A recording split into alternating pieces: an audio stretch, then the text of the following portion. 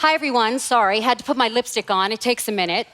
Good to have you here. I am Liz Habib from Fox. I am the sports anchor here at Channel 11 in town. I want to start by thanking the Milken Institute. It is just a pleasure to be here. What a panel we have today to talk about the business of sports. Let me start down at the end with Dan Beckerman. Dan has been on the panel before, CEO of AEG, owners of the Kings, the Galaxy, Staples Center, arenas in London, in Germany. He will have plenty to talk about today, certainly. Andrew Wilson, the CEO next to him of Electronic Arts. I want to simply say EA Sports, FIFA, Madden, some of the biggest games in the world. He'll talk about that.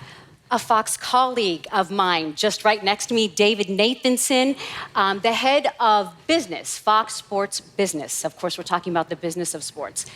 Nice to have another woman on a panel with me when we're talking about the business of sports. Stephanie McMahon.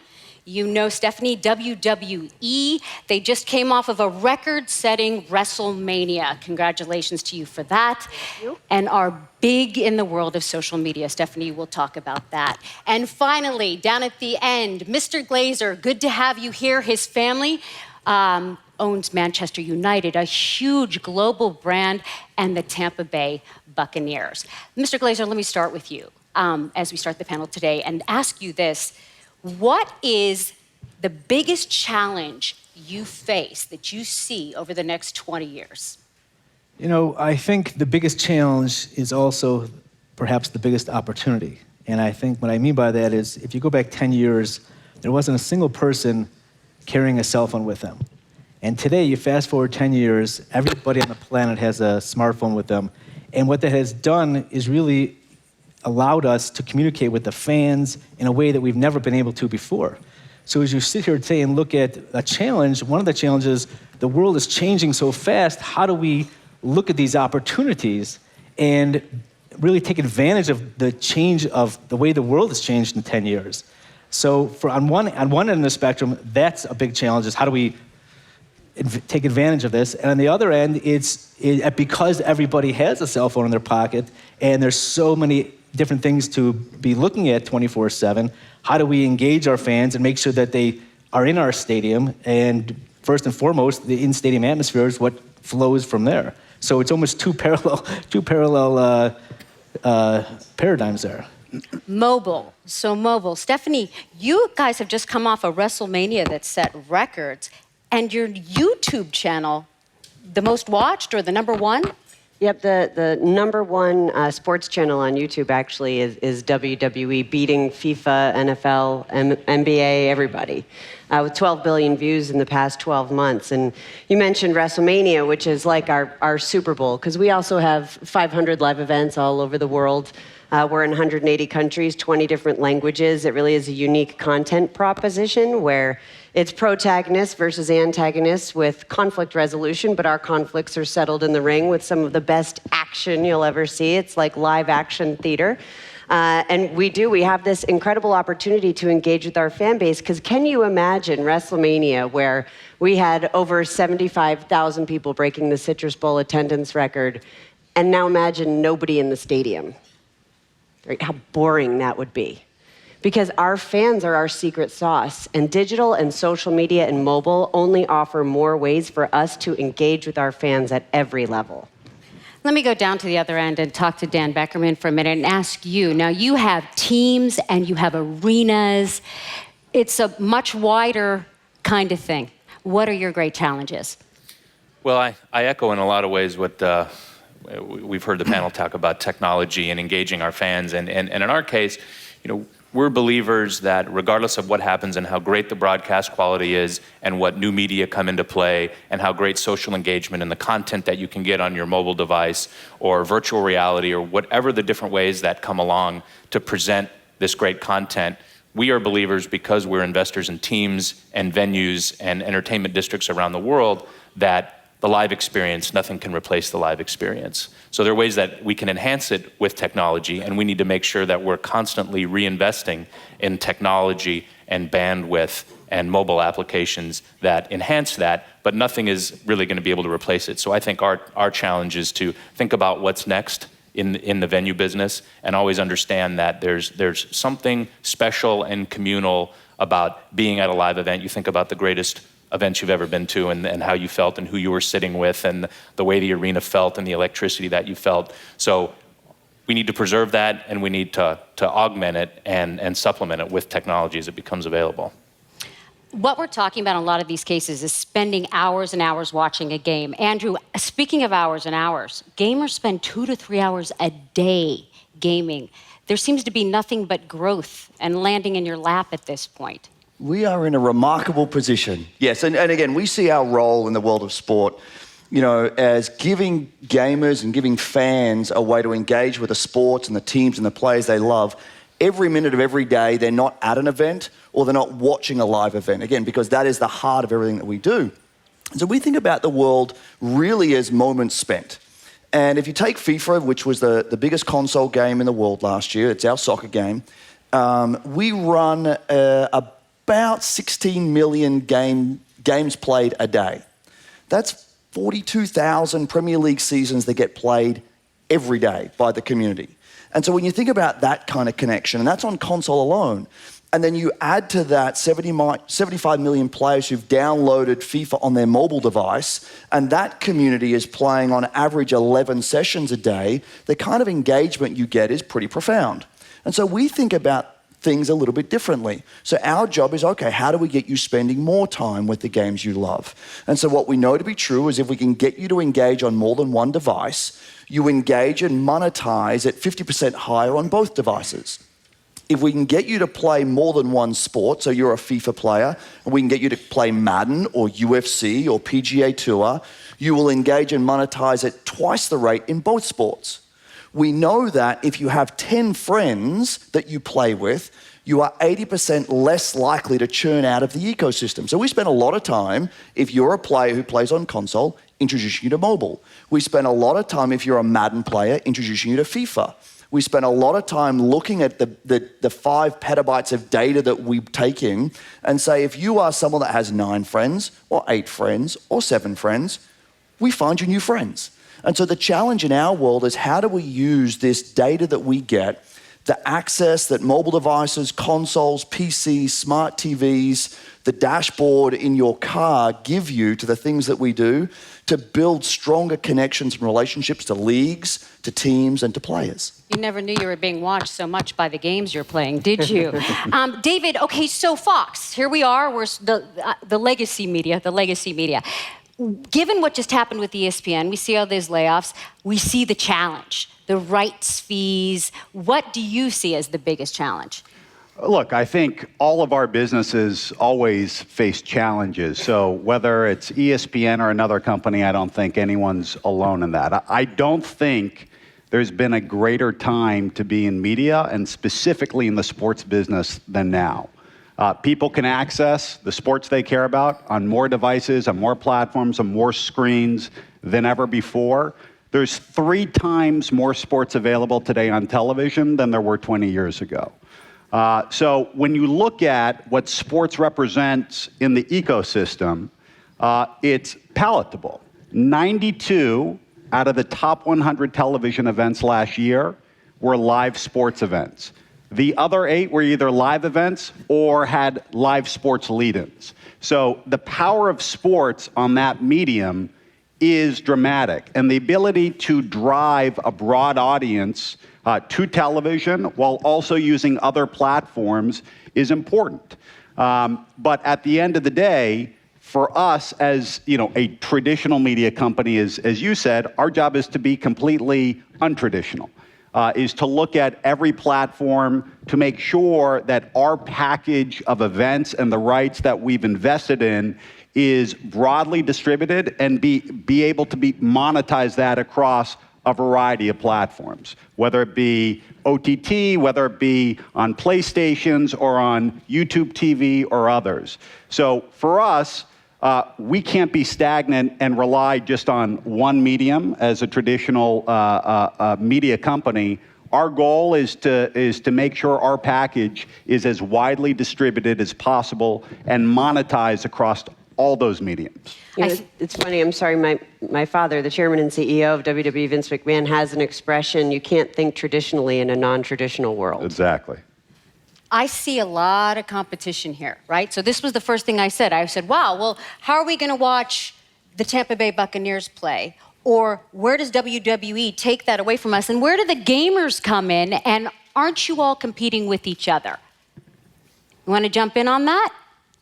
I will start by saying we learn a lot by what each of you do.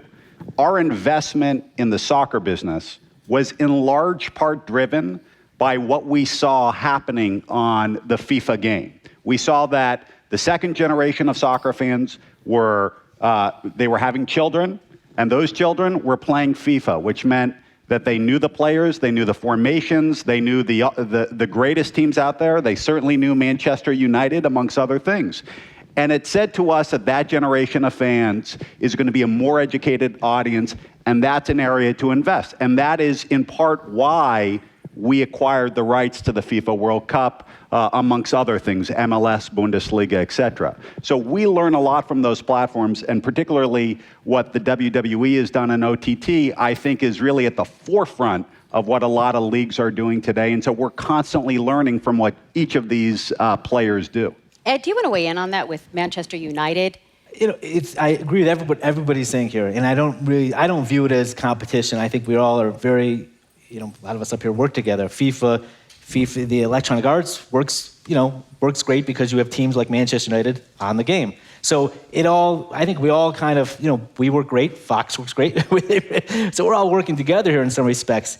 Every week, we have 50 million people tune in for a Manchester United game. 50 million. 100 million people watch the Super Bowl once a year. Wow. These are global sports, global brands. And it's tough for people, I think, sometimes even in America to wrap their head around that the NFL is, without a doubt, the biggest sport in America, but soccer is what rules the world. And, as we know from everybody here. So it's just, the opportunities are so great, and the medium is changing so much.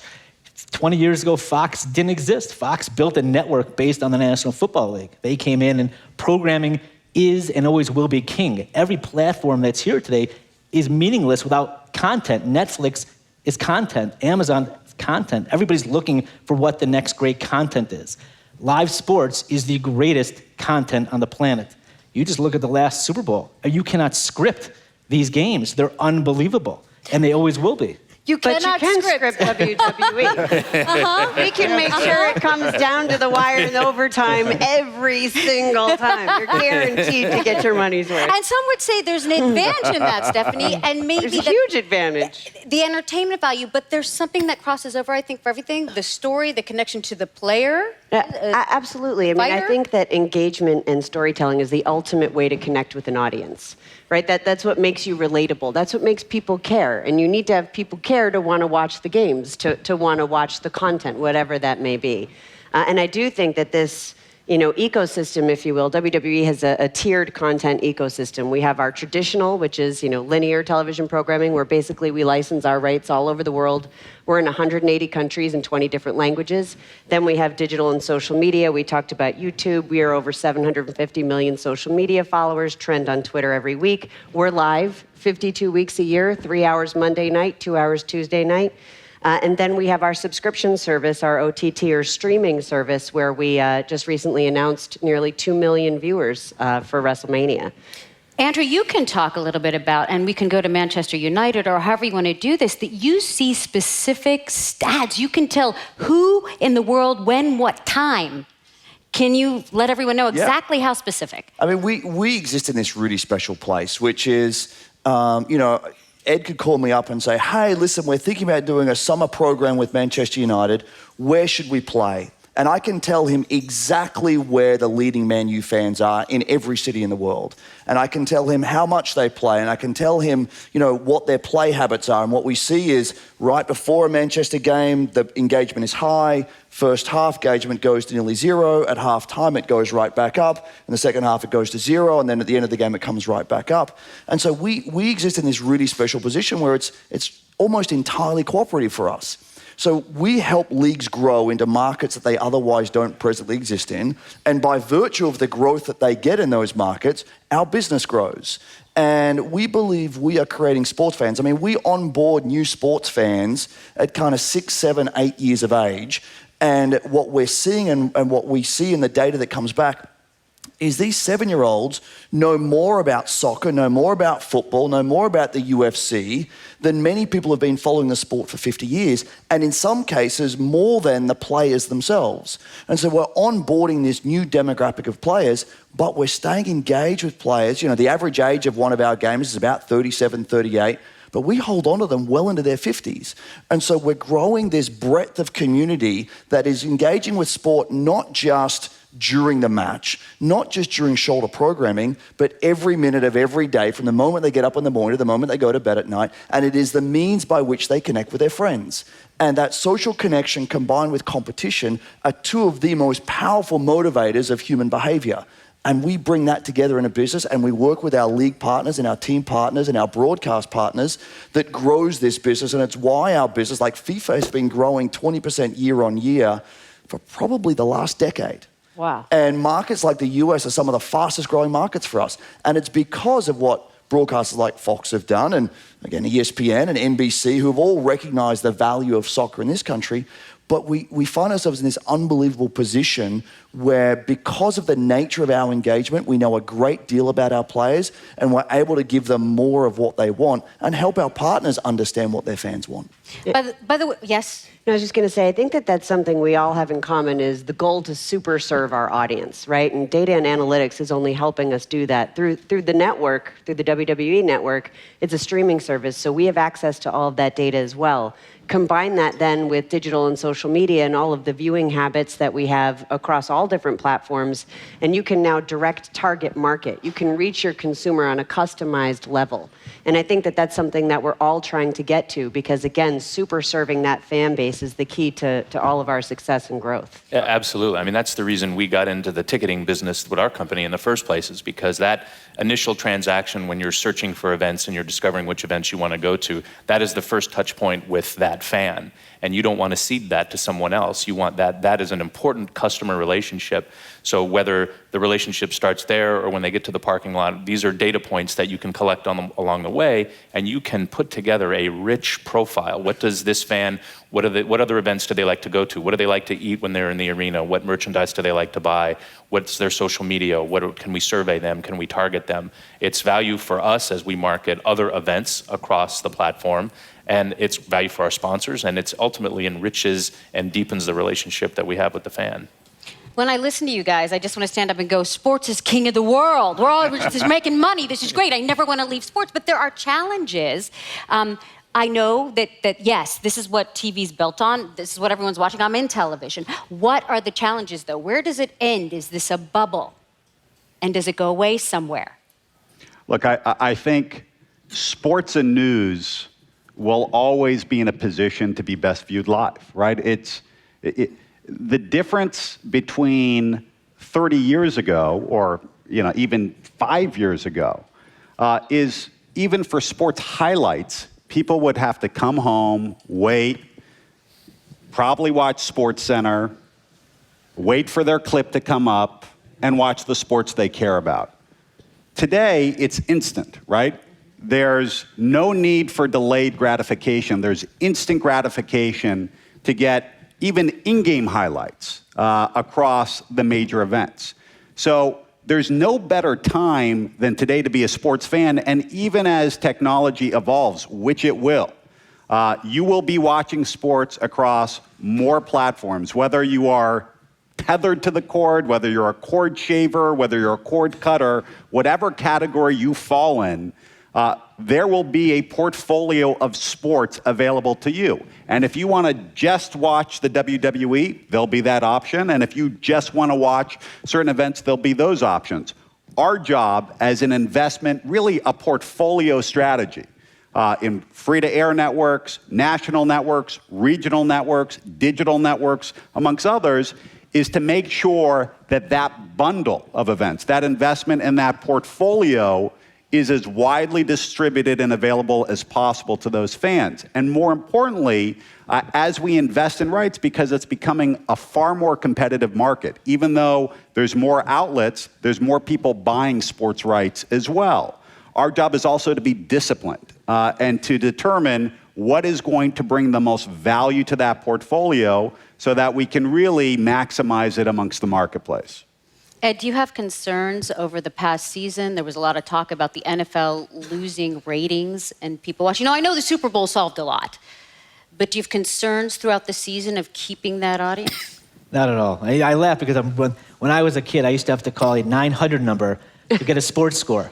It cost me $1 to call. So Is that what those 900 numbers were for when you were Those a are kid? different 900 numbers. Oh, okay. just to find out if my team won back when I was a kid. So that's how things have changed. I think last year, listen, you have the election, you had a lot of things going on last year, but ultimately, it doesn't really matter. You have to look at the viewership as a whole.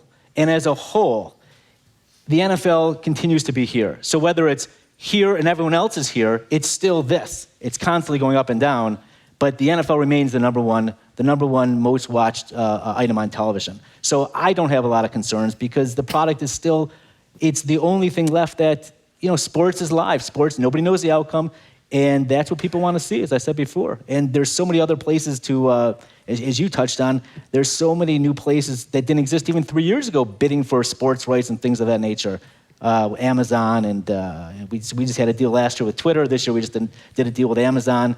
And these things didn't even exist, weren't even on the radar 5 years ago. But as far as the viewership of the NFL, I have no concerns whatsoever. I do think there's something that we could all be doing better, and that is storytelling.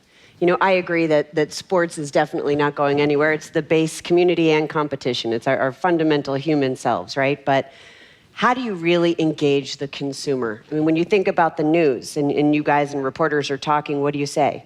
What's the story? What's the story? What's the angle? When you're really looking at Ronda Rousey, for example, and she was the first ever female UFC champion, and then she got beat really badly by Holly Holm. And everybody was wondering, okay, what's she going to do when she makes that comeback? It was this huge, whether you like Ronda or you don't, you were invested in her story because it's the ultimate comeback story. Can she make that big comeback? And that's what I think we need to do better in engaging our audiences, connect them to the players, connect them to the athletes, get them involved and engaged in the story, and amp that story up, find the stories where there aren't any, or create some like we do.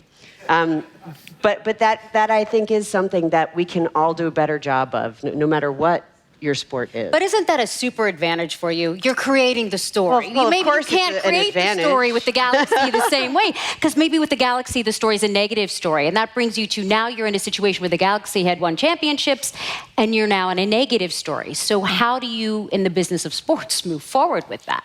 Well, thinking about, David, we were talking about this earlier, I think you have rivalries. So whether you're building ratings or whether you're building a whole new platform, I think you need to create those stories. And in LA, we have a great rival that's going to be started. And we were just talking about this and the derby that'll happen between the LA Galaxy and LAFC. So clearly there's pressure to win, and there's competition. And I agree there is competition. And I view that as a positive. So now on TV now you can see the Bundesliga, you can see the English Premier League, you can see the best soccer in the world every Saturday morning.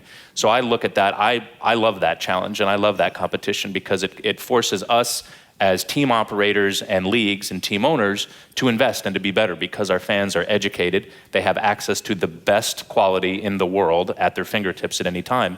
So we need to be better. And I think we're making the investments that we need, and you see it in the quality of our play. You see it in how our broadcasts are presented. There's a standard of production that you see when you watch an English Premier League game or a Bundesliga game on TV, and it looks like the Super Bowl, and it makes us better. And I don't think that that's a bad thing. I think that it's great that we're making those investments because we need the quality to be there, because we have to compete for attention of fans and the admiration and the affiliation that you want with your club. So it is a challenge, and it takes time and commitment and resources, but I don't know, I'm excited about it. Yeah, and we think about story differently, right? So in a world of disaggregated viewing, and more importantly, in a world of disaggregated content creation, our role is how do you take that 350, 400 million people who are creating stories every minute of every day around sport and really bring the most compelling ones, the most profound stories to the top. And so we've got a whole group that literally sits there every day monitoring the entire community, monitoring every story that's going on, and then amplifying the stories that are really compelling. And so we have hundreds of millions of people every day creating content for us. Every single player, by virtue of the participation in the world that we belong to, is creating new content and new stories and really compelling stories. And we're able to sit there and handpick them and really generate storylines over the course of a season. And that's created, that manifests itself in our digital ecosystems, which continue to grow, buying and selling and trading of players inside the world. And then, of course, esports, as more and more people are coming in and saying, okay, great, I love my sports team. I love the fact that the Tampa Bay Buccaneers can do what they do, but I'm not 300 pounds. I can't run a 50-yard in 4 seconds, but I might be able to play Madden at the height of the #1 league. And so I'm compelled, and that's a story in and of itself, and it's a new way that players are engaging with the players and teams and leagues that they love. And when we see, we run a FIFA league, we run a Madden league. The FIFA league players, the people who play esports, engage at 3 times the higher rate than everyone else in the FIFA community. And they are buying and selling, trading players at double the rate of everyone else in the community. And so there's a whole new story that's being born right before our eyes now as it relates to sport, that people who exist and play the games that we make are watching the games they love, and then they're going away and they're reenacting, and they are trying to be the best at playing the virtual versions of those games. And those stories are really compelling if you're 15, because at 15, I might never make the Tampa Bay Buccaneers. I might never step into Anfield and play for Liverpool against Man U. But there's a better than average chance if I play just enough, I may be the best FIFA online player on the planet. And that is rewarding both, at a community level and a financial level for me as a player today. David, let's talk about rights. The price of teams have exploded to prices none of us could imagine.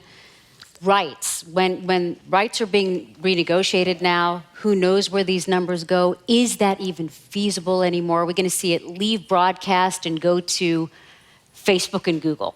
What goes on? Well, there's no crystal ball, but I don't think we're at the peak of anything. I think, rights will continue to be competitive for the highest quality sports content. Not all sports is created equal. And what Ed said about the NFL is true. I mean, the NFL when I talked about the 92 of the top 100 shows being sports shows, the majority of that 92 live television events were NFL events. NFL is the #1 program, not only for men, but for women, of all programming in the United States, whether it be entertainment or otherwise.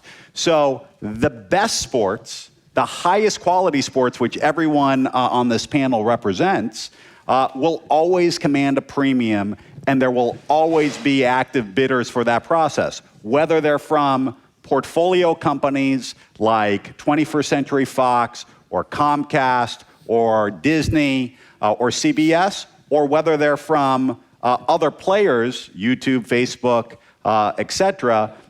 That story still hasn't unfolded, and that story is going to be as exciting as watching any sporting event, because no one knows what the outcome is going to be.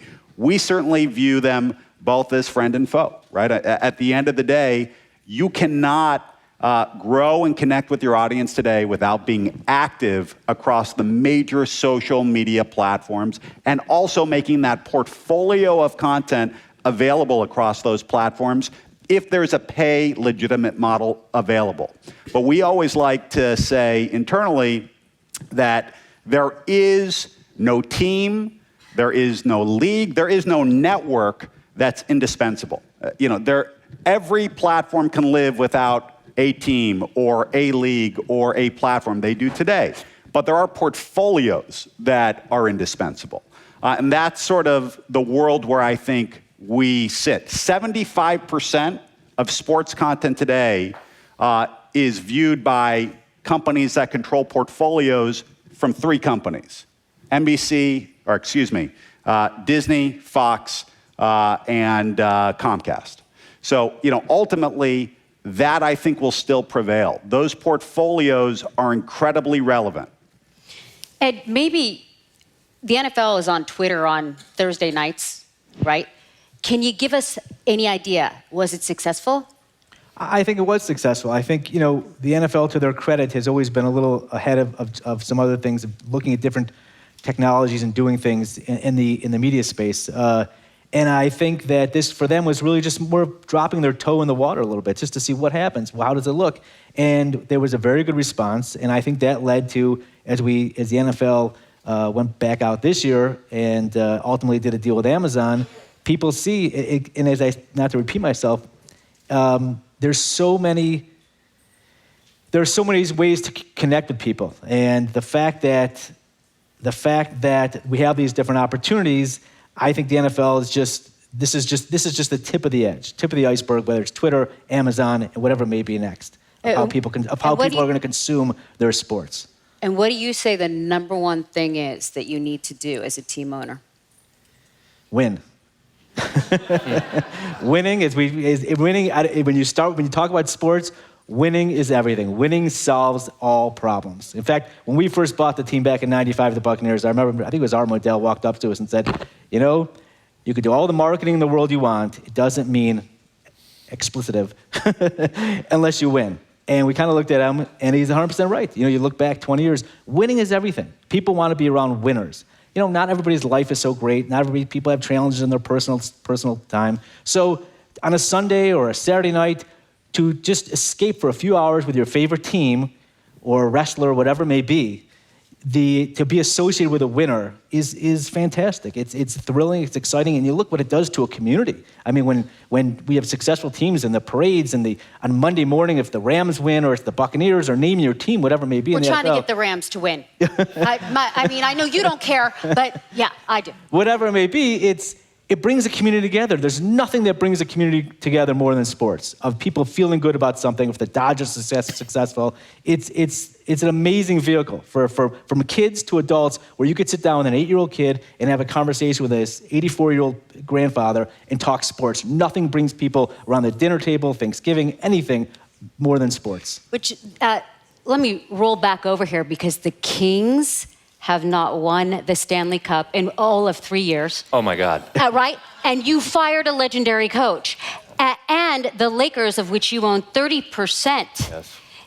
I've talked to other people in the NBA. It's very important that the Lakers as a brand be successful. Talk to us a little bit about winning and what that's done, what it means. It's important, and the pressure is incredibly high. Now, in 6 weeks' time in mid-June, there will be 29 out of the 30 teams that don't win the Stanley Cup. So I think it's unrealistic to expect that you can win every year, but we need to be, in our market in particular, and in Los Angeles, and in New York and Chicago, and David might agree, I think there's a special burden, I think, that falls on the big market teams, because I think, although the leagues won't say this, that I think having the large markets be successful, I think, is a great thing for broadcast rights. I think it's great for the sport. I love seeing Canadian teams in the NHL playoffs right now. Last year, we didn't have any.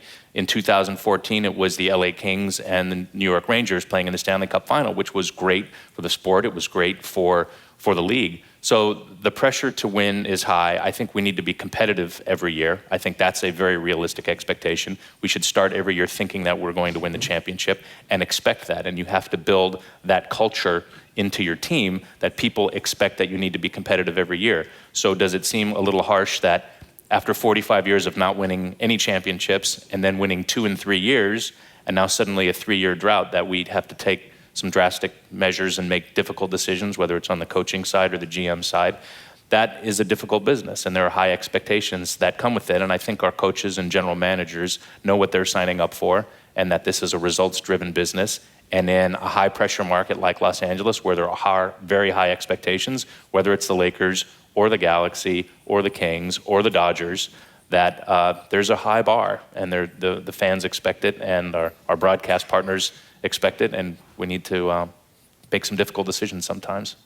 How much does it matter, David, whether it's a large market team or a small market team that gets into, say, a finals? Well, there's certainly teams that will command a greater audience, but sometimes it's not the size of the market, sometimes it's the story. I mean, you could not script a better story than what happened with the Cubs in the World Series. And Chicago is obviously a very big market, but ultimately, it wouldn't have mattered if that was a Chicago team or a much smaller market. That story was relevant. And everything that has been said on this panel about storytelling is essentially our job. That's what we do. We are a creative company. Our entire company is a creative company. And our job is to tell those stories and bring those fans closer to the team and create the emotion that's going to drive audiences. The founder of Fox Sports is a guy named David Hill, and he had a saying which we still is sort of our mantra to this day, which is that sports are tribal, right? At their very nature, sports are tribal. You love a team, you hate a team. Tribes are social. Sports are best viewed amongst friends, amongst fans, because it builds up that emotion.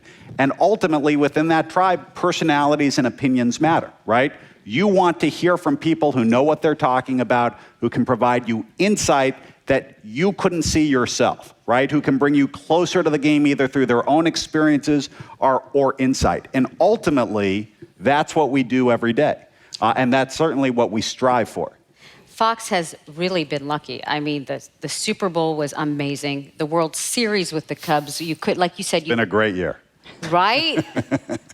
What kind of ratings did that get? The World Series, the Super Bowl, the college championship? I don't know the exact numbers off the top of my head, but what I can tell you is, we had it was the most watched World Series, I think, in over a decade. The Super Bowl was the most watched television event in history, and certainly the last quarter to extra time was probably peaked at a point that's going to be hard to beat ever, for at least for a very long time. And we continue to break ratings even on a regular basis. This past week, Fox Sports 1 had its most watched baseball game in its history. So, anyone who says that, with all these alternatives that people are going to other places, at the end of the day, whether we're in the W and we're playing, an EA Sports game, or, you're watching WWE on OTT, or actually attending a game at a football game or Manchester United game or one of the AGA teams, we're all in the attention business, right? We want to capture people's attention and serve them in the best possible way so that they want to keep on coming back for as long as possible. And regardless of what platform or how we're serving those fans, that is our ultimate job. So I think at the end, we share that sort of common thread that we're all trying to capture people's attention in the best possible way. Yep, we're all competing for time. Right. It really is. It's time spent across all of our properties, across all different channels. And that's why you have to be able to reach your consumers anytime, anywhere, on any device where they want to watch it and how they want to consume it. We can't dictate that to them, and we shouldn't try. But again, I just want to stand up and go, at the edge of the Titanic, I rule the world. Who's losing in this proposition? Who's losing here? See? Husbands, wives, girlfriends, boyfriends. Unless they're enjoying it together, right? Everyone here on this panel, as I said, represents a premium property. It's almost impossible to break that barrier, right? As I said, there were 3 times as many sports available on television today than there were 20 years ago. But that doesn't mean that all of those other sports are commanding a premium or making a business that works for them. To be in the position of, whether it be the Premier League or the NFL, whether it be WWE, or frankly, any game that you would spend the money developing, that is sort of at the top tier of where there's interest. And so the struggle is that not all sports, not all leagues, at least not in the United States, are created equal. And so the challenge for those developing, emerging leagues and rights out there is investing in yourself. And I think the best example of that in the past decade is probably the UFC.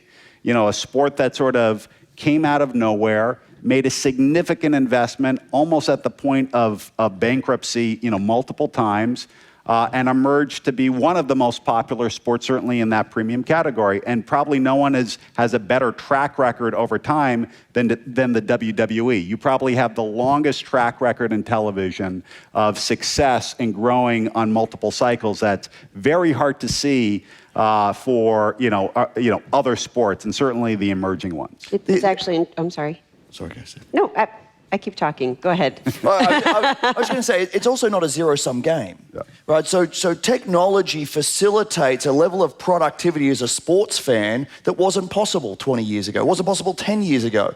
So as a sports fan now, I can go to work, I can play a game, I can get news, I can interact with my social community, all in around. I have information that comes to me from 4 or 5 different channels.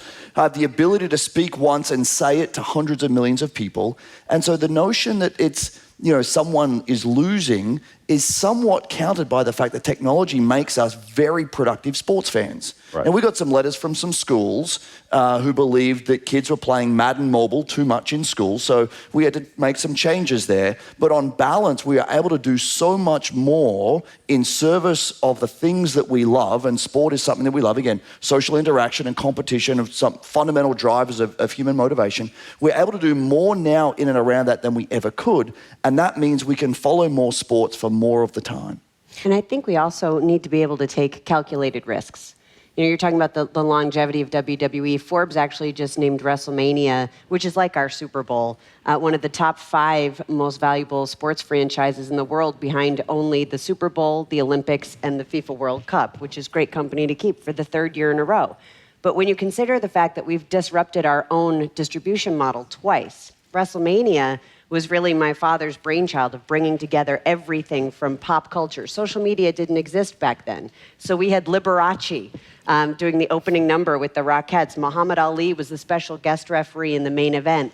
We had to get people talking from all different lines of media and culture and bring it together into one event. And my parents mortgaged everything they owned to make it happen.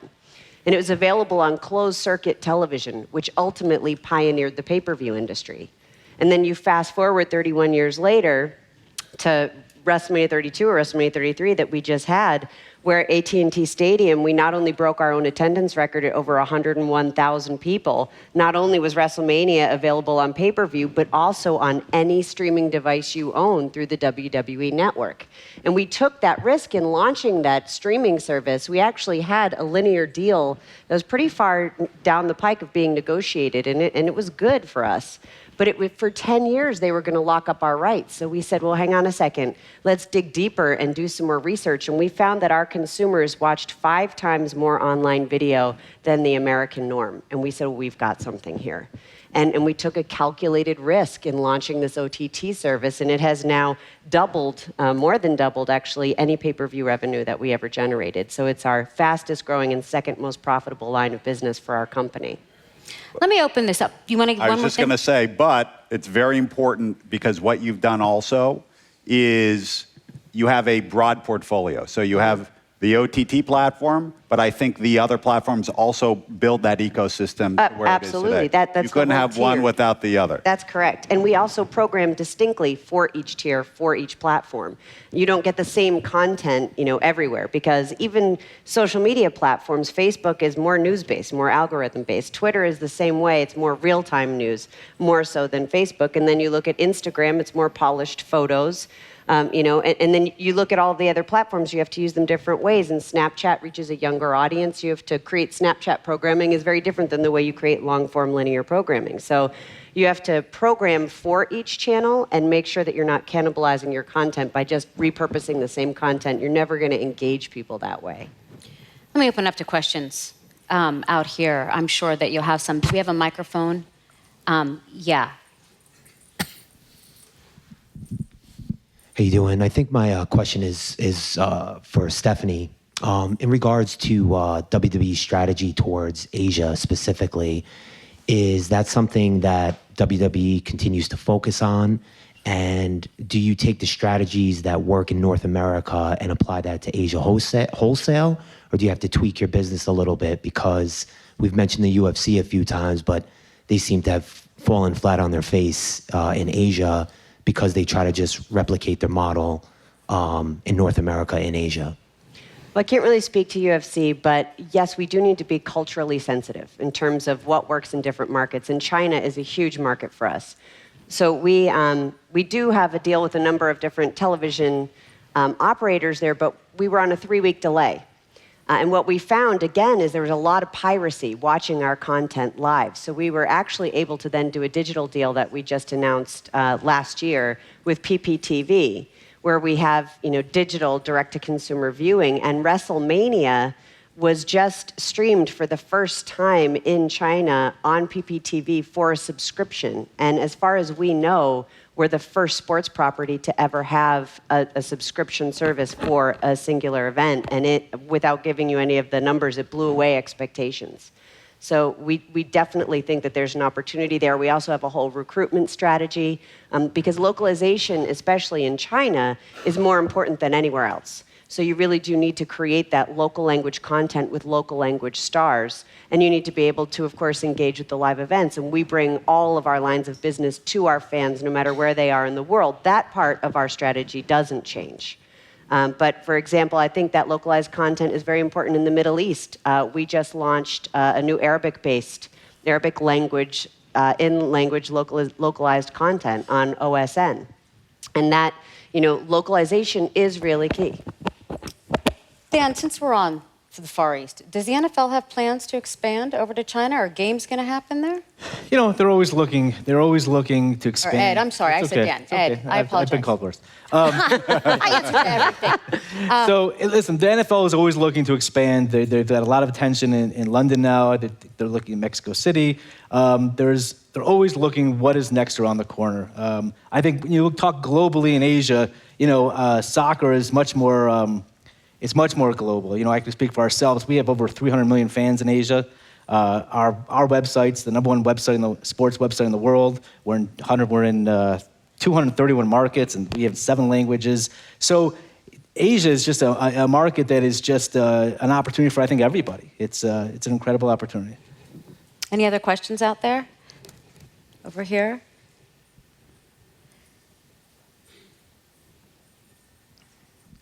So this is about sports as a business, and like all businesses, you need to think about unintended consequences or even direct consequences around our businesses. So how do all of you think about some of the consequences of sports? So whether it's the excesses, the violence associated with it, excesses that might be associated, especially with kids starting to participate in any of these activities at an early age. Just thoughts on controls that are in place. How do you think about, just some of the consequences that can occur, especially with our youth? I think when you look at the sports as a whole, and you look at the amount of players who are in the NFL or any sports league, really there are very few, and I'm not diminishing anything, but when you look at the total numbers, the issues or the problems are not as great as sometimes as they're portrayed. In any business, if you take 5,000 people or 10,000 people, there's always going to be 1 or 2 people who do things that are not the right things to do. But in this day and age, with media being the way it is, everything is under the microscope. I really feel bad for the players in this day and age because everybody, when we were younger and we were in college, nobody had a video camera in their pocket. Nobody had a camera in their pocket. And for a young person today to go out, everybody's recording everything. Everything's being recorded 24/7, whether it's the camera in the establishment or someone's got it. And it's tough for these, people forget these athletes they're kids. They're 21, 22-year-old kids. And we've all done things that we probably, if we were videotaped, wouldn't be so proud of as kids. But I think that they have to be, but they realize today that everyone is watching them. So I think they do try harder to make sure to put on to make sure they are good representatives of teams. And for the most part, these athletes do an incredible job in the community. I mean, I could speak for in Tampa. We have athletes. Jameis Winston is an incredible ambassador of our team. He's out there every day talking to youth and trying to help people. So I think sometimes people focus a little too much on the negative and not so much the positive. But And in WWE, it's a little bit different, right? Because we are scripted athleticism, and we have "don't try this at home," spots that we air, and we reinforce that through our commentary because we don't want kids emulating, what they see in the ring in terms of action. But I do think community is a huge opportunity, and I know that all of the leagues really do give back in many different ways. WWE has 4 key pillars to giving back. It's hope, diversity and inclusion, education, and military. And our mission is to put smiles on people's faces, whether we do that through our content or by giving back. And I think when you utilize and leverage the scale and reach of your platforms, the NFL being really the biggest, to send those messages and spread those messages, then you are encouraging that community and that opportunity to give back. And I think, as a sports broadcaster, particularly for our national network, Fox Sports 1, where we have debate-driven studio shows that are driven by personalities with very strong opinions, part of their job is to drive the conversation. And that is to focus on the balance of the good and also the bad of sports. And where that falls, changes every day. But, certainly we view our job as part of the zeitgeist of the sports community is to not put our head in the sand, but sort of address the topics that matter to sports fans and that are relevant to sports fans that day, that hour. Yeah, and we think about this on a different vector, which is there is, a perception amongst some that if you're playing a video game, you're not outside and active as a child. And, there are a number of different motivators as to why we play video games: escape, social connection, competition, creation, self-improvement. But one of the greatest motivators of why we play video games, or actually why we engage in media more broadly, is inspiration. And we've done a series of studies, and a bunch of schools have done a series of studies over the years. And the unarguable evidence that's coming out of that is that kids are playing sports video games, and that is inspiring them to go out and play sport in the real world. And now, progressive teams like Man City and Chelsea and Liverpool, and I'm not sure whether it's Man U as well, but possibly are using games like FIFA in their youth programs because it's actually inspiring kids to believe that they have the ability to do things in the real world that they do in a video game. And we're starting to see that permeate through real world sport. We take that responsibility very seriously as a company, and we do a lot in grassroots sport.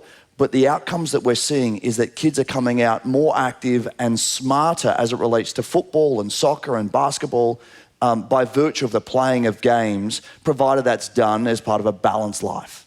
Do we have any other questions out there before we wrap up? Bless you. Nothing. It's very hard to see with these lights. I want to thank this panel. Just such great insight. And I know they're just down to the player, Andrew. It's so interesting the things we can come up with. And thank you for being here. And thank you. Thanks. Thanks.